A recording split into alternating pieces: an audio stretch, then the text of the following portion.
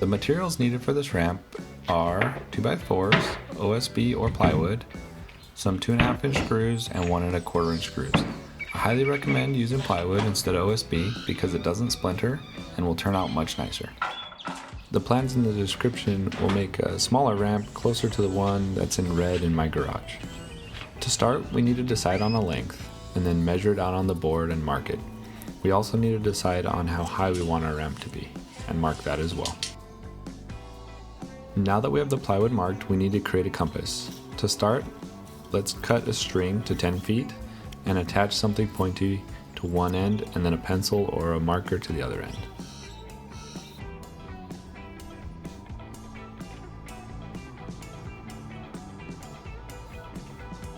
Shove the pointy end somewhere in the ground so that it won't pop out. In order to mark the board, make sure that the marker passes through both points you decided on earlier, that is, the length and the height of the ramp. The best tool to cut the arc is a jigsaw, but if you don't have one, a sawzall may work as well.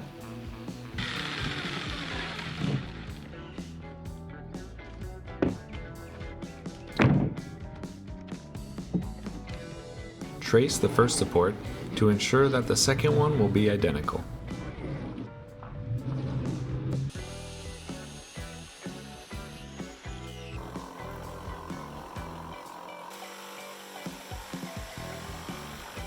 Now that you have your supports cut, it's important to put them up against something and give them the sanity check. This will ensure that you didn't make them too big. If you're like me and a slight pansy, make them a little bit shorter. Now that we've got both of our supports cut, let's work on our braces. All of the braces are going to be identical. If you're using standard studs, which are 92 inches, you should cut them at about 22 inches. This ensures that you have 4 per 2x4 and a total of 8 per ramp. To assemble the base, I start at the end and I put 2 screws into the first 2x4. Because we're screwing into the end grain of the 2x4s, it's important to use longer screws. I like to use 2.5 inch. When attaching the screws, be sure to make the top of the 2x4 match the curve of the board.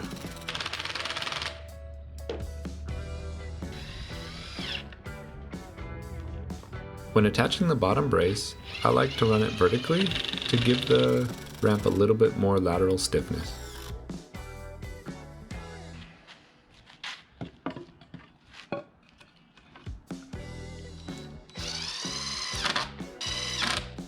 Once you have a brace for each corner, the rest should be evenly spaced down the curved edge. It's best to keep them spaced between 4 and 6 inches. Once all the braces are attached, flip it over and put the second side on. This will make it easy because you can press down when you go to screw in each screw. Start on each corner, and for the 2 corners that don't go all the way to the end, measure so that they're at the same distance as the other side.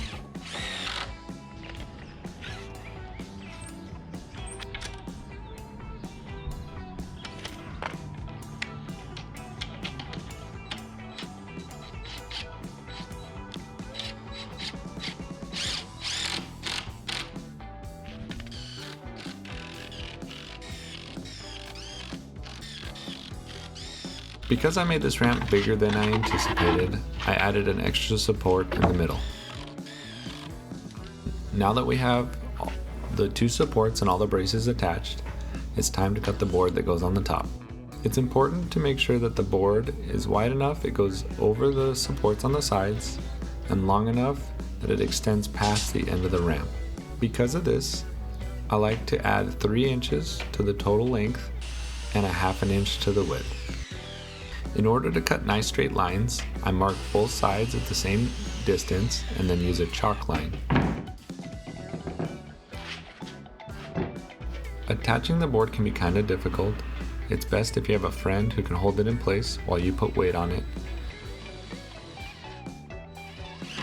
The first screw should be attached at one of the top 2 corners.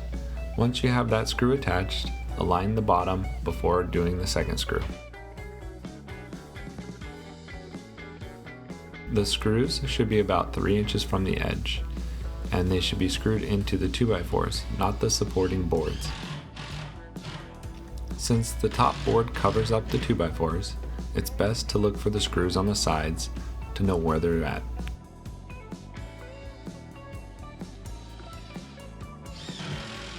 As you work your way down, the board may shift. It could be beneficial to have a friend or a clamp to help put it back in place.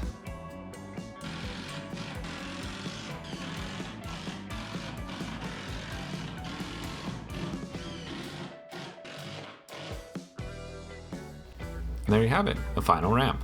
Now all we have to do is go, ride, and jump and have some fun.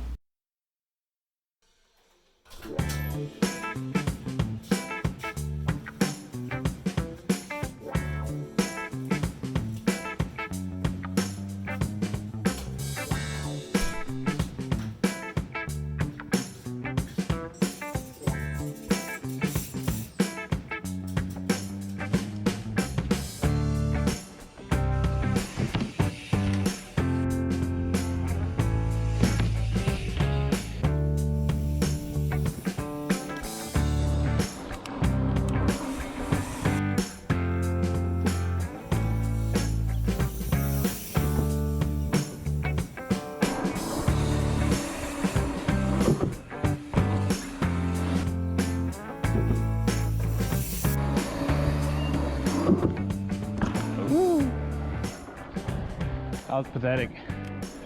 I gotta do it again.